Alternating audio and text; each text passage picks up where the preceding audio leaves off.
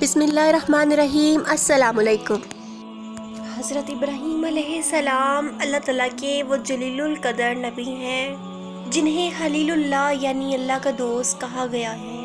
طویل دعاؤں اور انتظار کے بعد اللہ تعالیٰ نے آپ کو بڑھاپے میں ایک بیٹے کی نعمت عطا فرمائی جو حضرت اسماعیل علیہ السلام تھے۔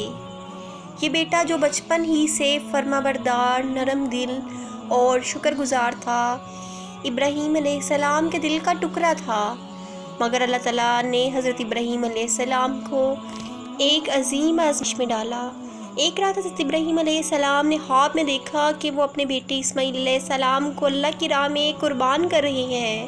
یہ خواب 3 راتوں تک آتا رہا۔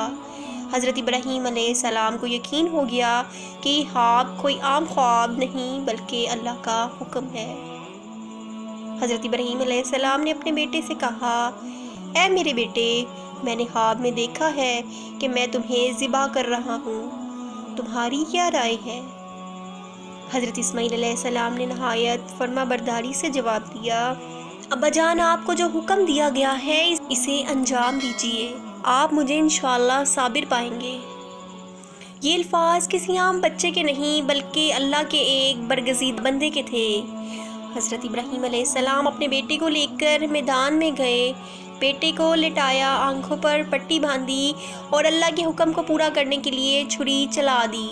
مگر کیا ہوا؟ اللہ تعالیٰ نے چھری کو حکم دیا کہ وہ حضرت اسماعیل علیہ السلام کو نقصان نہ پہنچائے، اور اسی لمحے اللہ تعالیٰ نے آسمان سے ایک عظیم دمبا بھیجا جسے حضرت ابراہیم علیہ السلام نے قربان کیا۔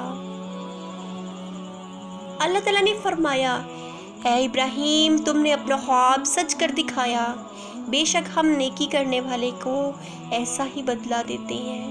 یہ قربانی نہ صرف ایک باپ اور بیٹے کی محبت کا امتحان تھا بلکہ توحید، عطائیت، صبر اور تسلیم و رضا کا ایک عظیم پیغام تھا۔